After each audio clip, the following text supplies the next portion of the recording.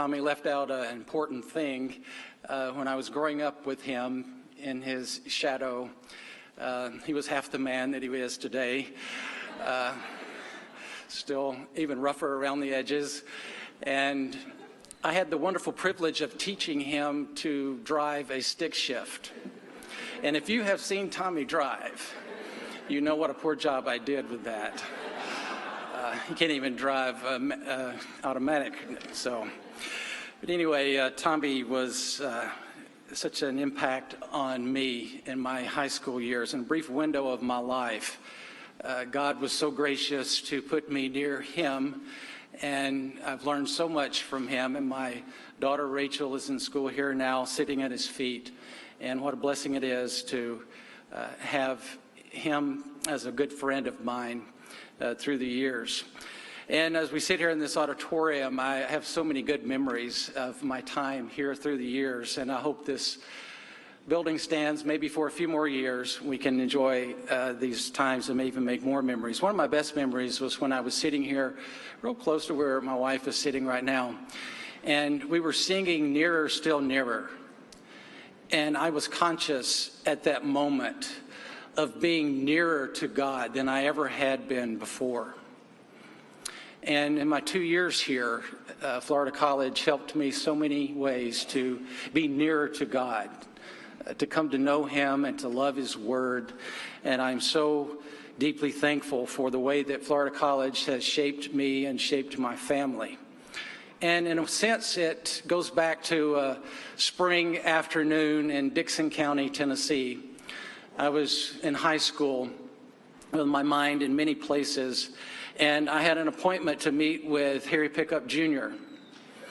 And with other things on my mind, and already deciding to stay close at home and go to David Lipscomb, I rushed in there, and I was in a hurry to get in and out, and I could tell that Brother Pickup was in a hurry too. He was probably headed to another high school. I don't remember what he said. I don't remember any of his words, but whatever he said moved me. God had other plans for me, and he worked through him to get me down here, and I'm ever thankful for that. I'm so blessed with the wife I just mentioned. Jory is also an alumni of the school, and I'm so proud of my daughter Rachel and the work that she's doing here. She's honoring me enough to be here at this lecture, and I appreciate that. Good to see all the young people that are in the auditorium right now. If you would turn in your Bibles to Ephesians Chapter 6 and have that text ready, Ephesians 6. Look at verses 1 through 3. When I saw that Sewell Hall was going to be speaking at this very hour, I was tempted to make a good cardboard cutout of myself and set it here and start a recording playing and slip over there and hear Brother Hall. Tommy's basically done that in his classes when he's not there. Some of you students are aware of that, so there's precedent for it, but I decided to stay here, and I appreciate those of you who have trickled over from here to here when you weren't able to fit in over there at Puckett. Ephesians 6, verse 1. Children, obey your parents in the Lord, for this is right. Honor your father and mother, which is the first commandment with a promise, so that it may be well with you and that you may live long on the earth. As we consider this command here to honor, we look at all of those who are over us, and we know what a challenge it is to give respect where respect is due. Aretha Franklin may have taught us how to spell respect, but where can we find it in our culture today? Our society is so filled with disrespect, and it's so refreshing, isn't it, when a young girl says, "Yes, ma'am," when a young boy opens the door for an older man, or when an adult parent puts the phone down and actually listens to an aging parent. Our communities and our homes are going to be so much better when we create a culture of respect for authority, in homes where children are learning to honor to honor their parents and honor all in their lives. A foundation is being laid for a very stable society. And we know we have problems, though, when we see in the school that teachers are cursed at or policemen are pelted with rocks. Parents are mocked with disrespectful words. But there's nothing new under the sun, is there? We know in ancient times we see a lack of respect leading to trouble and ruin. Would Cain have killed his brother if he had truly honored his parents? His brother was also a son. And would Eli's sons, if they had honored him, would they have led the country into disaster? And would the kings of Judah they would have done so much better if they had honored their father David. Respect, honor, that is what we are challenged to do. And one lesson from all history we can't ignore is that a generation that doesn't learn to honor those in authority over them is headed for failure. Young people, I'm convinced of better things concerning you. Are you up for a challenge? I want to challenge you to rise up in this culture of disrespect and give honor to the older ones in your life. To be set apart in your actions, in your words, in the tone of your voice, in your attitudes, in the way that you dress.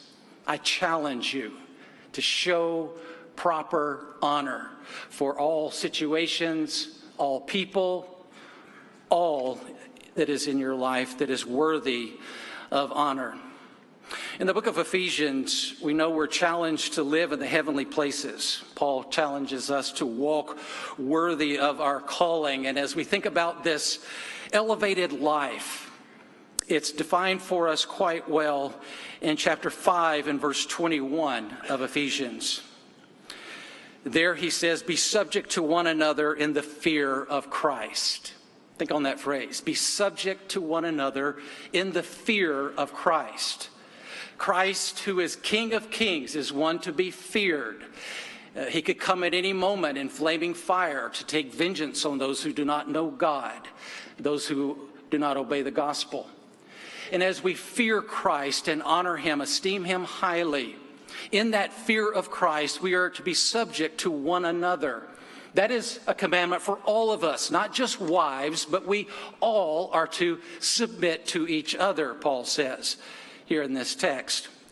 And as we go through chapter 5, we see that in all our homes, God wants husbands to honor their wives with a Christ-like love.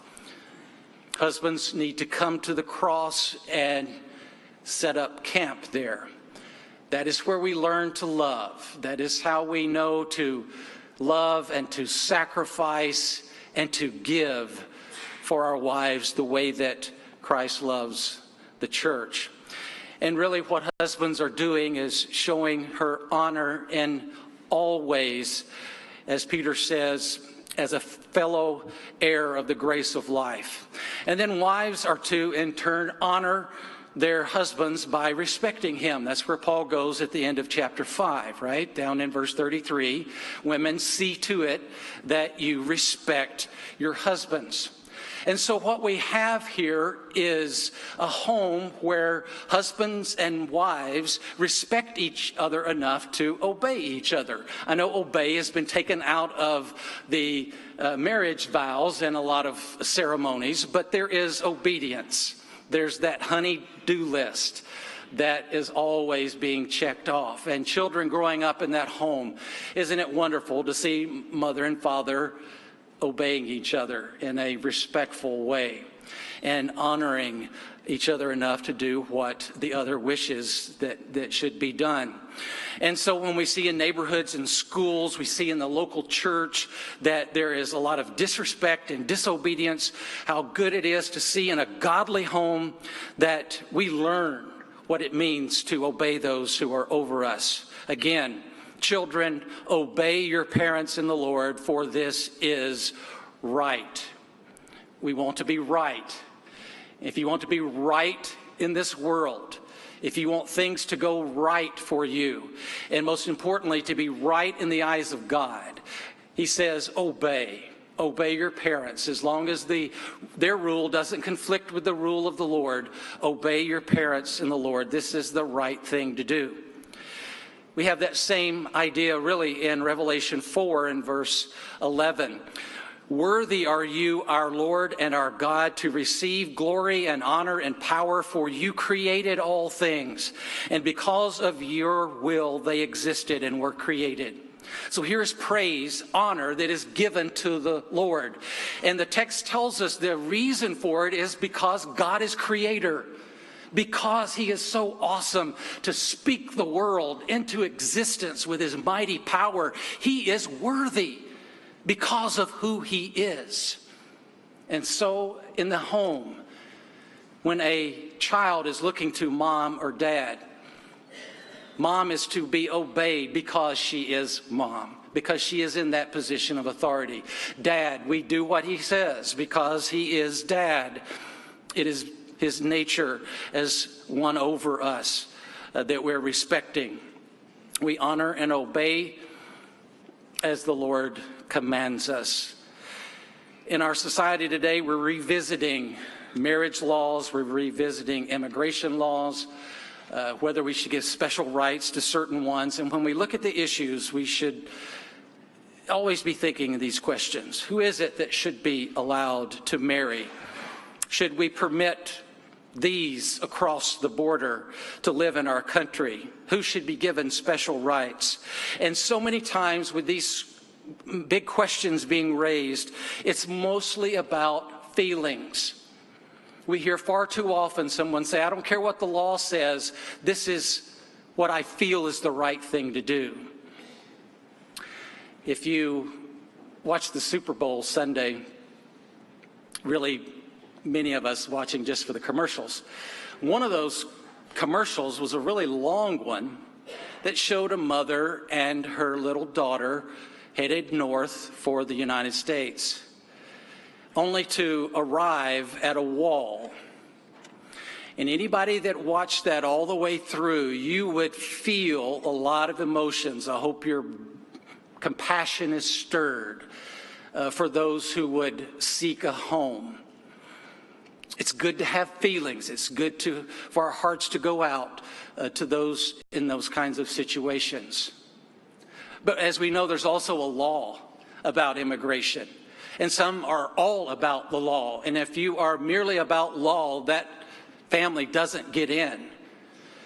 But we're not here to settle immigration. I bring that up as something that may be on your mind because we need to realize that our feelings cannot rule in the kingdom of Christ. The politicians can work out the immigration issues, but in the Lord's kingdom, we cannot let our feelings rule us. And here's how it applies to what we're talking about. There will be a day when I think about my mother, who is now living alone, and I haven't visited her in several weeks, maybe months. I've called, but calls aren't enough. And I don't feel like going. I don't feel like getting the kids in the car seats and making that journey. And besides, there's so many things going on. I'm so busy this week. I don't feel like it. But when I respect the law of Christ, I hear him say, obey and honor your parents. So I gather the kids up and I go. That's what we do in our family. That's what we do because we're Christians in the Lord's kingdom. And as you know, many times when you obey, the feelings come along, don't they? I don't feel like going to worship this morning, but if I just push myself there and fall into the pew, I feel a lot better in just a few songs, don't I? Feelings cannot rule. When we struggle to give our parents the respect that they are due, we may not feel like obeying. We may not feel like honoring, but the command of Christ is clear. It stands firm. We submit to it. Even when I don't feel like it, I must obey, even if their rules are ones I don't particularly like. And I'll let God have the final say about obedience. Colossians 3, verse 20. Children, be obedient to your parents in all things, for this is well-pleasing to the Lord. This is well-pleasing to the Lord, for you to obey your parents in all things. When I was growing up, somewhere in junior high school, the job of mowing the yard was turned over to me. And there were a lot of days I didn't feel like mowing. I felt like going fishing. I felt like playing Pong on the TV. That's what I felt like doing. But I did it. And the one biggest reason I did it and paid attention to doing it well and mowing straight lines is because I knew my dad would be home from work soon. And he never failed to say what a good job I did. And that's our Father in heaven. He is so well pleased when we obey. That's a good motivation, isn't it? Just to pause in that moment when we're tempted to not obey and know that God is going to smile in obedience. But it's not about sheer obedience, is it? As we see in our text, Paul goes on to write there in Ephesians 6 that we not only obey, but we honor. We're called to honor our father and our mother. That command that is in the 10 Commandments, and because it's there, we know that the Lord keeps that right at the heart of his will. It is essential. It is core to our belief to honor our mother and our father. When we speak of honoring, we're talking about looking up to someone. We're talking about esteeming them highly, recognizing their position of authority over us. And it's challenging at times because sometimes parents are so dishonorable. Mom and dad might disappoint you. Your mother and father might ignore you, hurt you, or even do horrible things to you. But you still are bound to honor them. You have to at least find something, some redeeming quality to honor that mother or father. And thankfully for most of us, we have parents that we can find a lot of reasons to honor them. It's a lot easier, isn't it, when you have godly parents and you're blessed with them as I was. You should be very thankful for that. We put double honor. We put high respect upon our parents who raised us up in the Lord. And that honor should grow over time. The promise is always before us as our honor grows. What does Paul say? It will be well with you, and you will live long on the earth. And if you've lived long at all on this earth, you know that that is true. You see that promise fulfilled in a lot of times unremarkable ways. But it happens when you stay in the boundaries that your parents set, when you obey the rules, when you do what they say and you respect those limits that they set for you. It keeps you out of a lot of trouble. It saves you so much grief. It will be well with you, and you will live longer.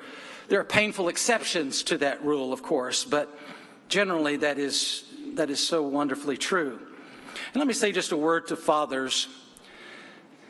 We heard so much good said about this in the last hour, but fathers, we mirror our Heavenly Father's character to our children.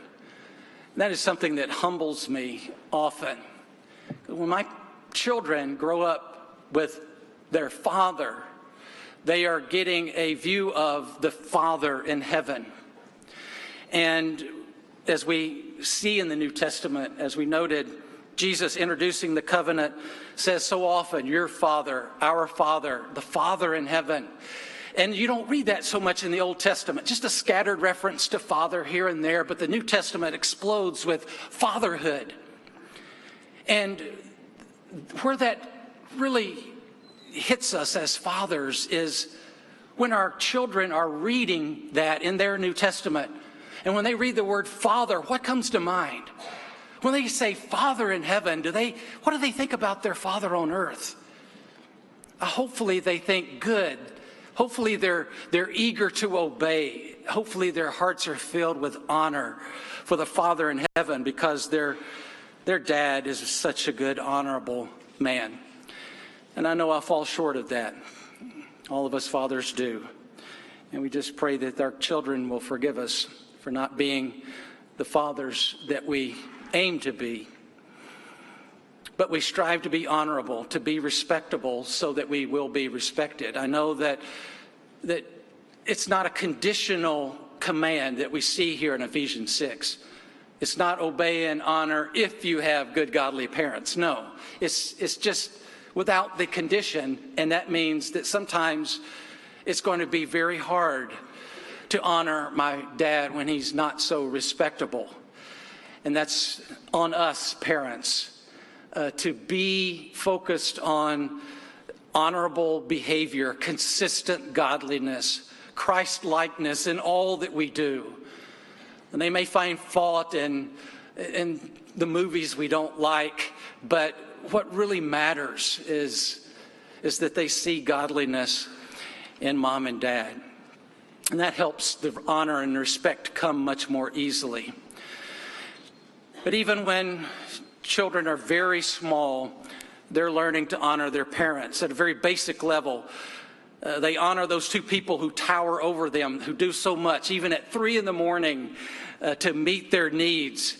And when toddlers are growing up, mom and dad are still awesome. But by the time they hit double digits and they get more independent, they're developing their own perspective on the world. They're getting more comfortable in their skin. And they have that wonderful free will to do what pleases the parents or to go their own way. And that's where they are in those difficult teen years, becoming young adults, hopefully more responsible as they are more independent. But as you find your own way, mom and dad's way can look so foolish. And we have to continue, though, with an attitude of honor. Let me give you an example. You're coming home one night with your friends, and the guy driving is speeding to get you home, screeching up to your house. You throw open the door, you run inside, you look at the clock, 10:59. Boom, I made it. You look over at Dad, and he's got a little smile on his face. He gives you a wink. Yes, obedience, right? Well, let's back it up about 10 minutes. You're in the car, you're still a mile away from home, and the whole time from there to when you're let out of the car, you're complaining about your parents. You're criticizing them for being so stupid to set that 11 o'clock curfew. You see, you get the obedience right, but where's the honor that God wants from us? Wise Solomon says to all young people in Proverbs 1 and verse 8, he says to all young people who may be looking down on their parents, "Hear, my son, your father's instruction, and do not forsake your mother's teaching. Hear what your father says." Again, unconditional, no matter what the situation is, no matter what he is teaching. Respect that teaching. Hear and obey. Do not forsake your mother's teaching, he says. Obey. I learned from David Holder before I even had kids. Immediately and happily. That's a good thing to expect, isn't it? Immediate and happy obedience. Obeying and honoring. And as we read from Proverbs, let me encourage you to do that with your young children. Every day, at least a few verses from the book of Proverbs that will guide them with God's wisdom.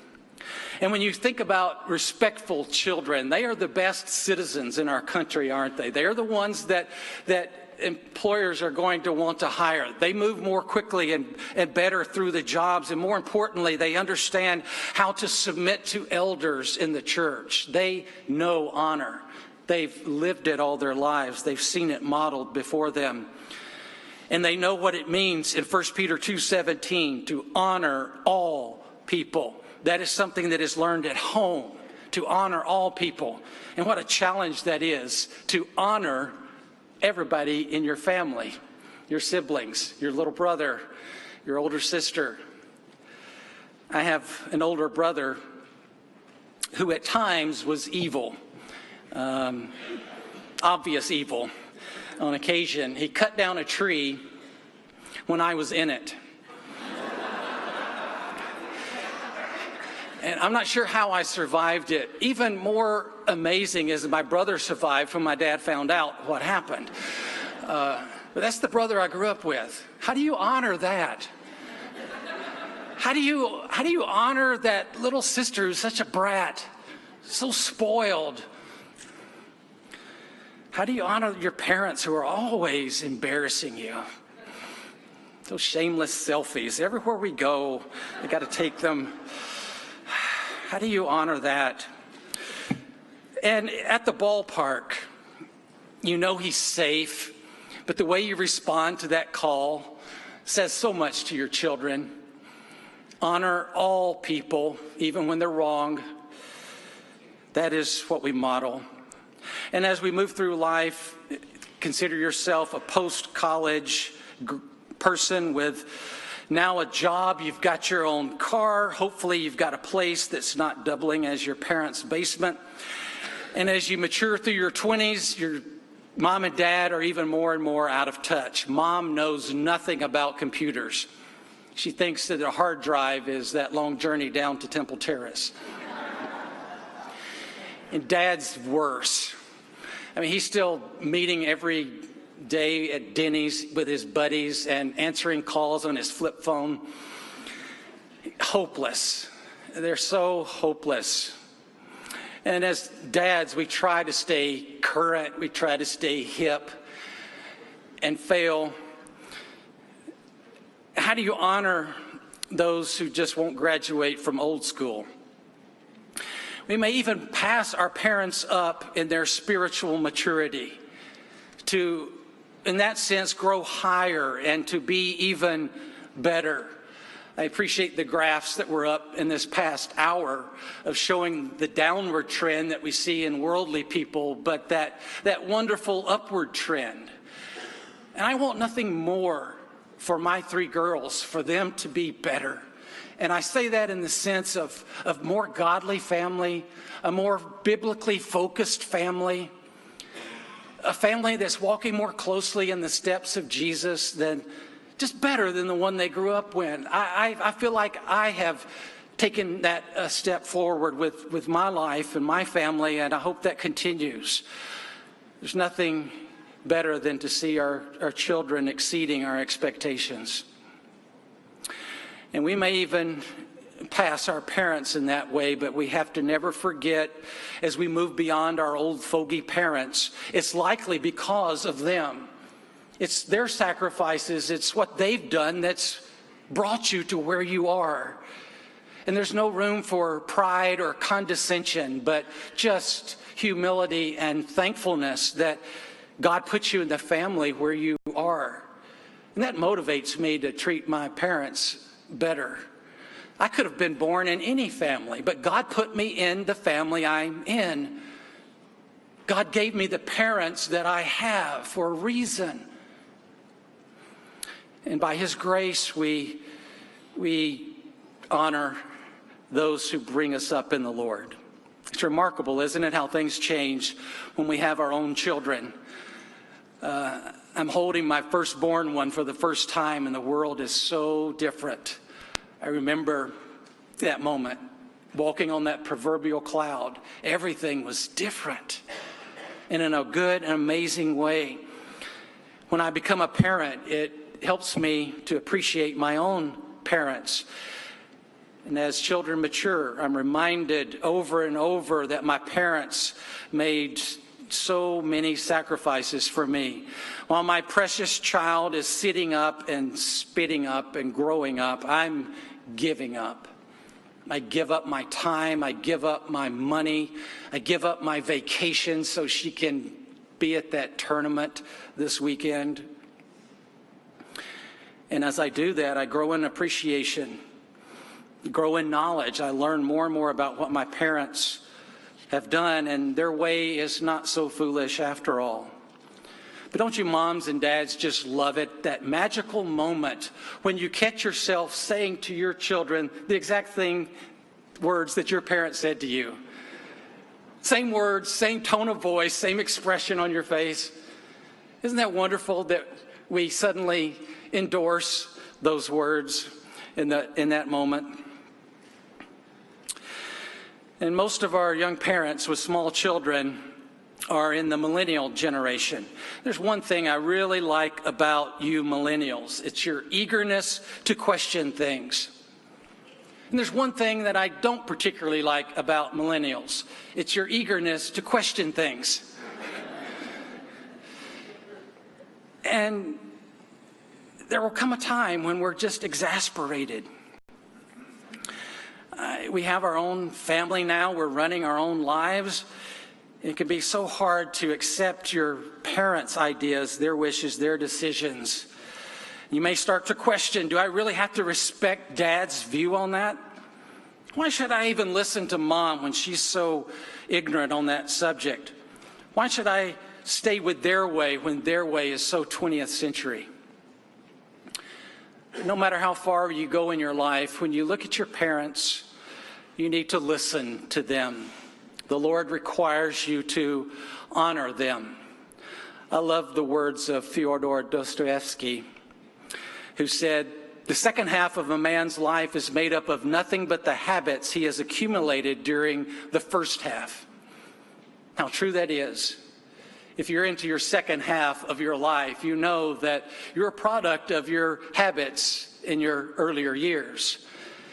And if we develop a habit of honor, if it becomes second nature to us, first nature to honor everyone around us, that can be repeated. That can be built upon in the second half of our lives. And if we find it hard, we have to keep working at it. Just think about all our parents have done. Remember their goodness and reflect on it. Talk to them about your life, those early years before you can even remember. Ask them to talk about the things they did, and you'll be blown away sometimes by the sacrifices, by the wonderful things they did because they love you so dearly. And seek their advice. Some of the most encouraging words an older dad will ever hear would be these from his son: "Dad, I can't figure this out. I need your help." Or mom hears, "Mom, this little girl's driving me crazy. I need your advice." And the sacrifices. I appreciate so much my mother. She's been gone for about 3 years now. But one thing I think about when I step onto this campus is when I did my laundry and when I bought food occasionally and just paying the expenses of being here, it was because my mom made and sold Cabbage Patch dolls. I don't know why people bought so many of those weird-looking dolls, but she spent hours and hours making them and selling them, and all that money would come down here to me. And that's what parents do. They give, they sacrifice so much so we can be where we are today. And let me encourage you with your young children to seize those opportunities to bring them to Grandma and Grandpa's house. Those little ones are going to be watching. Granddad plays with them, Grandma cooks for them, but all that going on, they're watching how you treat your parents. They see how Grandma and Grandma are honored and respected when the phone rings and you see it's Granddad calling. Your reaction at that moment says so much about the way you honor your older father and mother. We need to seize those moments. This is how we honor in our families. We all have something in common. Everyone here this morning is somebody's child. We all started as that tiny little baby growing in our mother fully dependent on her for our every need. But then we come full circle. When we reach our old age, we become fully dependent or partially dependent on others again for the things that we need. This is now mom and dad for many of us. They are slowing down. They're getting unsteady in their walk, not as sharp as they used to be, wanting to stay at home a lot more now, needing someone to care for them. And the Lord speaks to us some very important words that would be appropriate for this very time. He says in Proverbs 23, verse 22, listen to your father who gave you life. Pause there. Listen to your father who gave you life. And do not despise your mother when she is old. The wise man here is looking ahead to that time when our parents are older. And no matter how old they are, or if they're still alive on this earth, we listen. We do not despise what they say. No matter who your parents or grandparents are, they are a wonderful source of great wisdom. Occasionally when I'm on Facebook, I see a string of comments and I think, I wish a 90-year-old would just weigh in here and with 2 sentences to shut this foolishness down. That's not going to happen. There aren't any 90-year-olds on Facebook. That's their wisdom. Just stay off of it. But some of us can't give it up. We still have our devices. And if we could just put them aside and put aside the selfishness and sit at the feet of our wise parents and grandparents. We honor them just as we're commanded. We give them our time, and likely that is mostly what they want. They want to spend time with us. As I said, my mom is gone, but my dad is in assisted living in Tennessee. And my brother, who in some ways does a better job of honoring him than I do. Yes, the same brother that cut me down out of the tree. And I'm so thankful. We live far away in California, and he lives just a few miles away. He sees my dad almost every day. He drops in and talks with him, and it's not easy. My dad has advanced dementia, and conversations are minimal now with us. And I look back and wish I had done better to seize those moments with them when we lived closer to them. And again, often what they want is just our time. 1 Timothy 5, our next important text, 1 Timothy 5, verses 3 and 4. God in his wisdom here says, honor widows who are widows indeed. Honor widows who are widows indeed. But if any widow has children or grandchildren, they must first learn to practice piety in regard to their own family and make some return to their parents, for this is acceptable in the sight of God. Once again, what we're doing is in the sight of God. He's watching to see how we treat our mothers and our grandmothers. And the word I love here is that word return. Did you notice that? Make some return to their parents. That is instructive. When I was younger, I didn't give that much thought. I remember teaching on it at church in Alabama and talking about how much we owe our grandparents versus our parents and going through all those arguments. And I really didn't know what it means. And I do now, much better anyway. It's time to return. They gave so much to us. It's time to give back. And the overarching truth is honor. Whatever I choose to do and whatever way I do it, it is to honor my parents who have been so good to me. And that makes it an opportunity. I know sometimes it becomes a burden. I know personal stories sitting here right now. Every day it is a burden to care, to be a caregiver for elderly parent. But it's more than that, isn't it? It's an opportunity, a wonderful opportunity in the sight of God to please Him, to serve Him, to give back to our parents because they gave to us so much when we depended on them. Children are watching. God is watching. We need to keep honoring right to the end. What the Lord commanded, He also obeyed. Isn't it wonderful to see Him on the cross when His body was screaming to be released from the pain? He turned outward from the agony in that excruciating pain. And He looked at His servant, His friend John, whom He loved so much, and He said, "John, that's your mother now.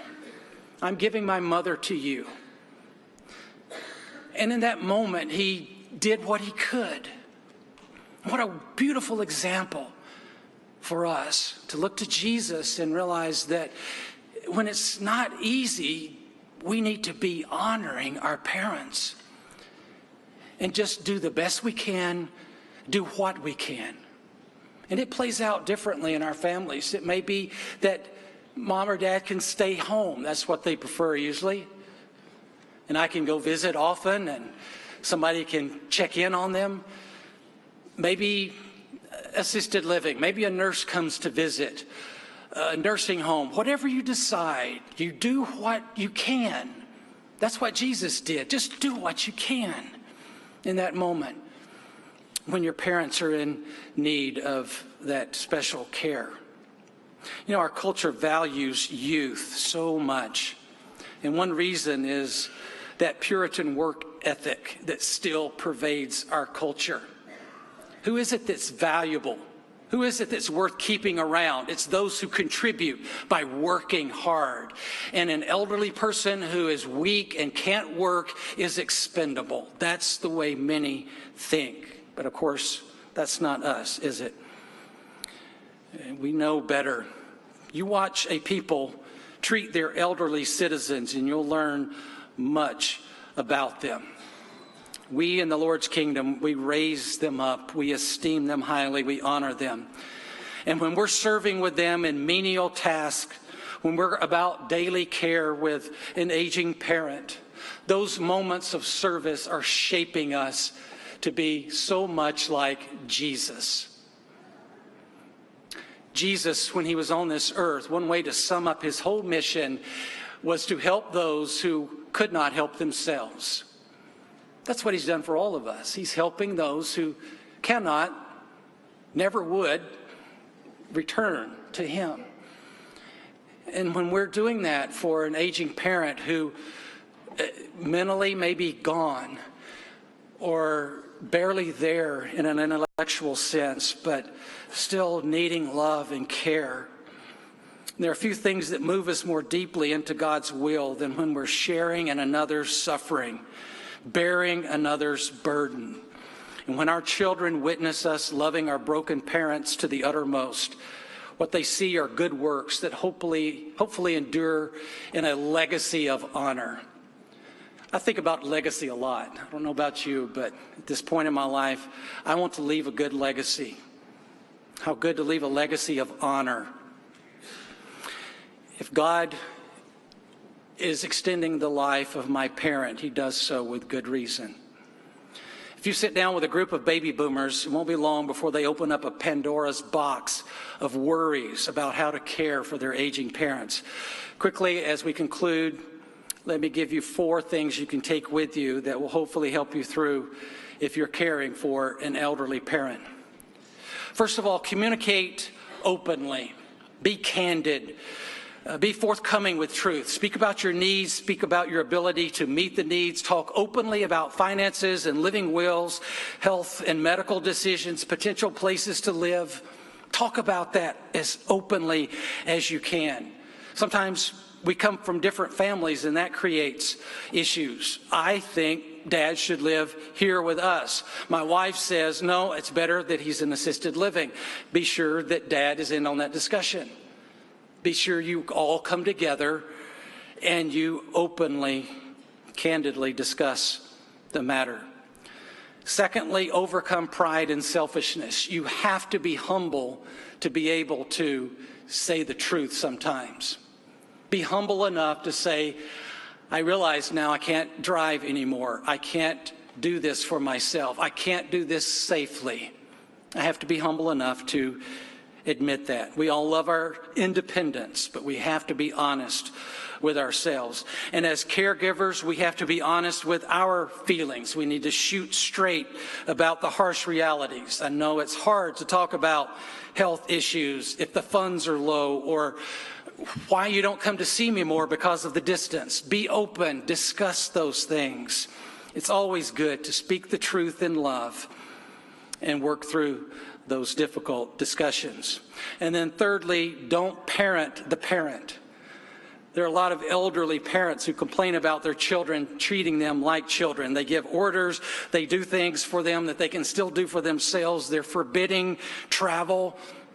I mean, just on campus the other day, I saw one of the students reach over and he said, Dad, loosen up that top button, come on. And Dad backed away. You know, we don't like to be parented when we're parents. And that is often the way it is with the caring for an elderly parent. Don't parent the parent. And then finally, fourth, rely on a support network. As Christians, we are blessed with a wonderful support network. And if your elderly parent is living away from you, there's a postman that might be able to check on him or her.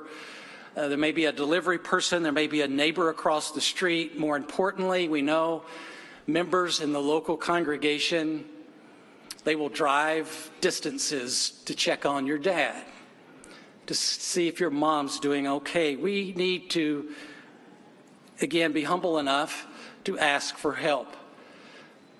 There'll be so many people that would love that opportunity to serve in that way. Rely on that support network. And finally, let us all continue to honor our mothers and fathers. God will be glorified, and it will be well with us. Thank you.